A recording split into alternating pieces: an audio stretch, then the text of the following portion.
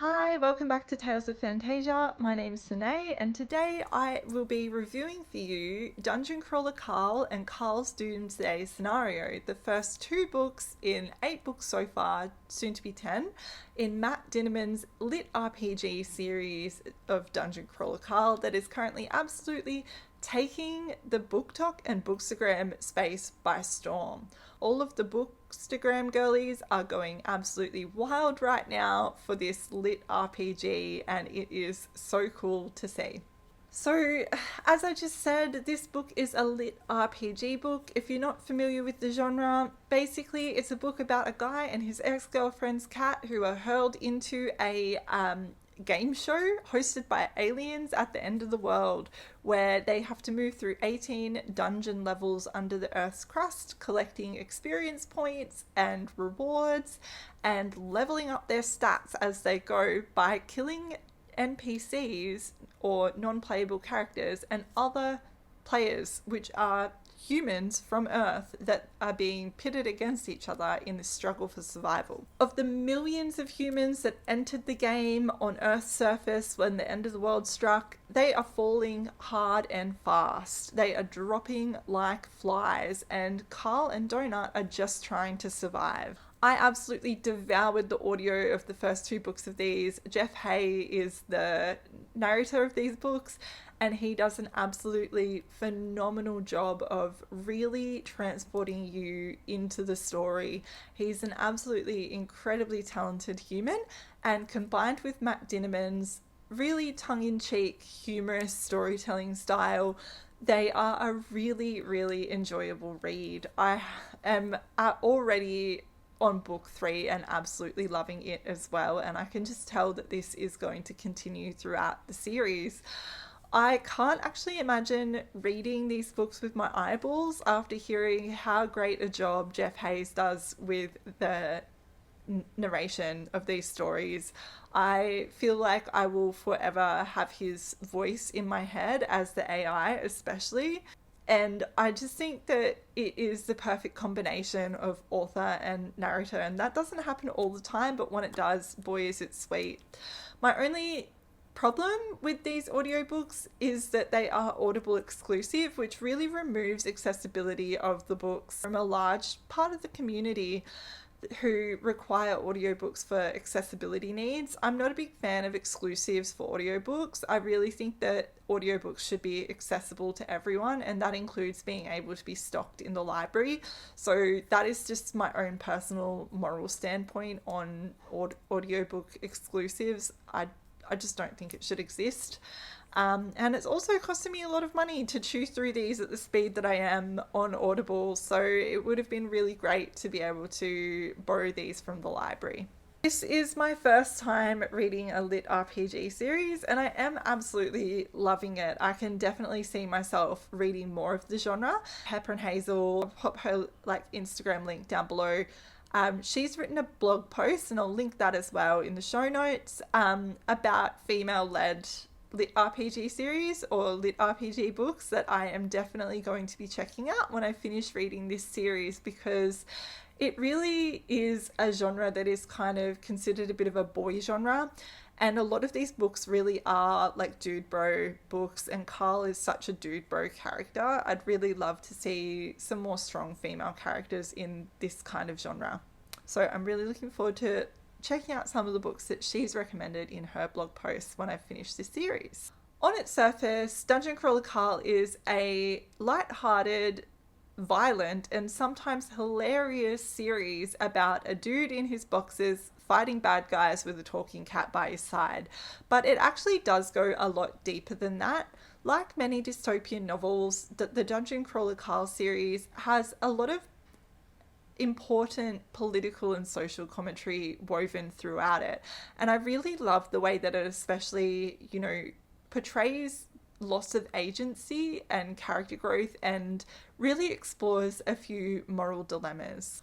Violent video games are played all around the world by millions of people every day, but what happens when the NPCs that you're shooting at or trying to kill or the rivals that you're going up against, if it's an online game that you can play multiplayer, are actual living, breathing humans or living, breathing people, creatures with their own backstory and trauma.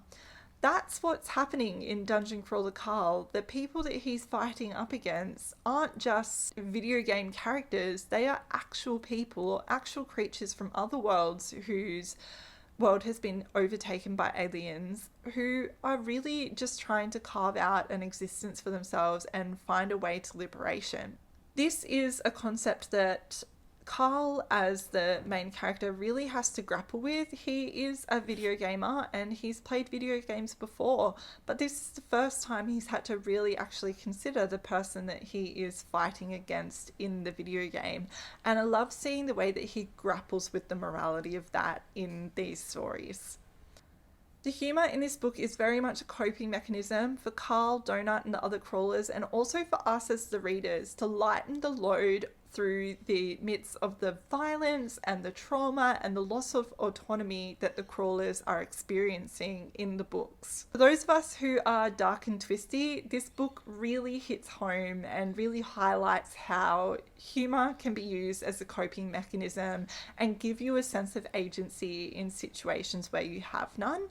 I have been through some big traumas in my life, natural disasters and things of the like, and definitely have used humour as a coping mechanism in those situations. So I could really appreciate the gallows humour in these books. There are also really great themes of subliminal political subterfuge running through the first two books that I'm really looking forward to seeing how that plot arc develops across the next 8 books in the series.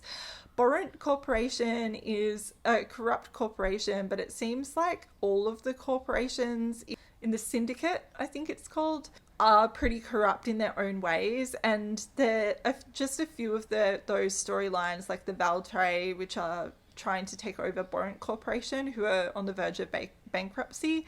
And the Borrent Corporation themselves are explored in the first 2 books. So I'm really looking forward to seeing that intergalactic kind of political subplot continue through the other books and seeing how Carl and Donut's actions, impact that story going forward. Carl has to be really careful about what he says and does all throughout the books because Borrent are literally watching and listening to everything he does and says during the game. Like, they're monitoring the video game feeds. He's one of the really popular characters in the game show. That's all said in air quotes because he is a real person, but he is just a character to the AI and to the Borrent Corporation and the, aliens who are watching this show. And so there are all eyes on him and he has to be really careful about what he says and does. He doesn't always get this right and he is often wearing the consequences of his actions by basically just getting into these harebrained scenarios that he's got to get himself out of with Donut the cat and his other allies. I do feel the need to address the criticism that these books have received in my review, namely the criticism around racist and misogynistic undertones in some of the descriptions of the characters in the first book. I can totally see why people are upset about this, and I do think that it's totally justified. Matt Dinniman uses disgustingly exaggerated stereotypes for some of the characters that make up the bosses that the characters are fighting in this series, and also some of the side characters in the series as well. Some of these are absolutely hilarious, like Crack Karen, who is the pyramid scheme following Let Me Speak to the Manager Kraken creature who they fight in the dungeon, and the Juicer, who is a roided up troglodyte creature who is being fought by Carl in a gym. These 2 examples of the exaggerated stereotypes are genuinely funny, but the obese Latina hoarder and the way that Odette, who is basically a late night show host who interviews Carl and Donut, the way that her breasts are described is quite grotesque and has caused some offence. It's later revealed that these aren't her real breasts. They're actually some armor that was given to her by the AI in her season of the show because she was a crawler once as well. But it's still not very funny the way that these two characters are portrayed, because the butt of the joke at the end of the day is women from minority groups. And I don't think that that's okay. I do think that it's important to note here that Matt Dinniman in these caricatures is really trying to convey a message. The aliens see humans as things that are there for them to play with and destroy. And these NPCs and even the armor and everything that is given to the crawlers during the games is created by Bone and the AI for entertainment purposes. Very early in the book, Carl actually questions whether there are real humans actually embedded in these NPCs, whether the Borant Corporation has actually taken people off Earth's surface and transfigured them into these grotesque caricatures. And he comes to the conclusion that that is probably what has happened. And so these caricatures are designed to be grotesque. They are designed to make you as the reader uncomfortable.